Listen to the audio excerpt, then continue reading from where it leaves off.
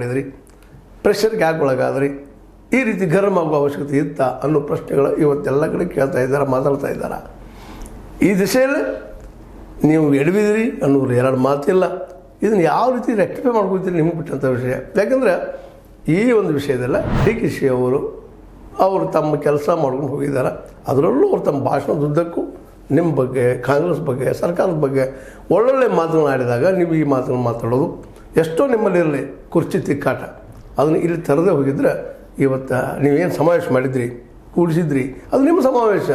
ಸರ್ಕಾರ ಸಮಾವೇಶ ಅಂತೂ ಅನಿಸ್ಕೊಳ್ಳೋದಿಲ್ಲ ಇವತ್ತು ಅದು.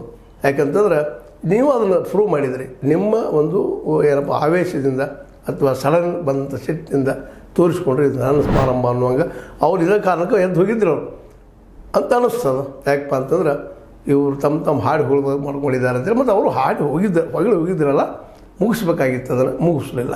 ಏನೋ ಆಗಲಿ, ಸಿದ್ದರಾಮಯ್ಯನವರ ಈ ಒಂದು ನಡೆ ನಾಡಿನ ತುಂಬ ಚರ್ಚೆಗೆ, ಪೂರ್ಣ ಪ್ರಮಾಣ ಚರ್ಚೆಗೆ ಈಡಾಗ್ಯದ. ಇದರಲ್ಲಿ DK ಶಿ ಅವರು ಎತ್ತರಕ್ಕೇರಿದರೆ ನಮ್ಮ ಸಿದ್ದರಾಮಯ್ಯನವರು ಕೆಳಗಿಳಿಯುವಂಥ ಒಂದು ಕೆಲಸ ಮಾಡಿದ್ದಾರೆ ಅಂತ ಅನ್ನೋದನ್ನು ನಾವು ಮರೀಲಿಕ್ಕೆ ಆಗೋದಿಲ್ಲ. ಏನೋ ಆಗಲಿ, ಆಗ್ಯದ ಘಟನೆ ಕ್ಷಮಿಸಿಬಿಡುವಂಥದ್ದು DK ಶಿ ಅವ್ರ ದೊಡ್ಡ ಮನಸ್ಸು. ಕ್ಷಮಿಸಿಬಿಡಬೇಕಾಗಿದ್ದು ಅವ್ರು ಕ್ಷಮಿಸಿಬಿಡ್ತಾರೆ ಅಂತ ನಾವು ತಿಳ್ಕೊಂಡಿದ್ವಿ. ಮತ್ತು ಅವರು ಇದಕ್ಕೆ ಉತ್ತರ ಕೊಡ್ತಾ ಇದು ಬೆಳೆಸ್ತಾ ಹೋದ್ರೆ ಅವರು ಇನ್ನೊಬ್ಬ ಸಿದ್ದರಾಮಯ್ಯ ಅಷ್ಟ ಅನ್ಬೇಕಾಗ್ತದೆ. ಇನ್ನು ಬಿಟ್ಟಿದ್ದು ಅವ್ರಿಗೆ ಏನಾದರೂ ಮಾಡಲಿ, ಒಟ್ಟಾರೆಯಾಗಿ ಒಬ್ಬ ಮಹಾನ್ ನಾಯಕನಿಂದ ಸಣ್ಣ ಮಾತುಗಳು ಬರಬಾರ್ದು ಅನ್ನೋದು ಒಂದು ಸಣ್ಣ ಮಾತು. ಆ ದಿಶೆಯಲ್ಲಿ ಇದು ಚರ್ಚೆ ಅಂತ ಹೇಳ್ತಾ, ಇದು ನಿಮ್ಮ ಲೈಕ್ ಆಗಿರ್ಬೋದು. ಲೈಕ್ ಮಾಡಿ, ಶೇರ್ ಮಾಡಿ, ಕಮೆಂಟ್ ಮಾಡಿ, ಜೊತೆ ಸಬ್ಸ್ಕ್ರೈಬ್ ನಿಲ್ಲಿಸಲಿಕ್ಕೆ ಹೋಗ್ಬೇಡ್ರಿ. H16 ನ್ಯೂಸ್ ಅರ್ಥದೇ ಸೀತಾರಾಮ ಸತ್ಯದ ಕೈಗಳಲ್ಲಿ ವಂದನೆಗಳು.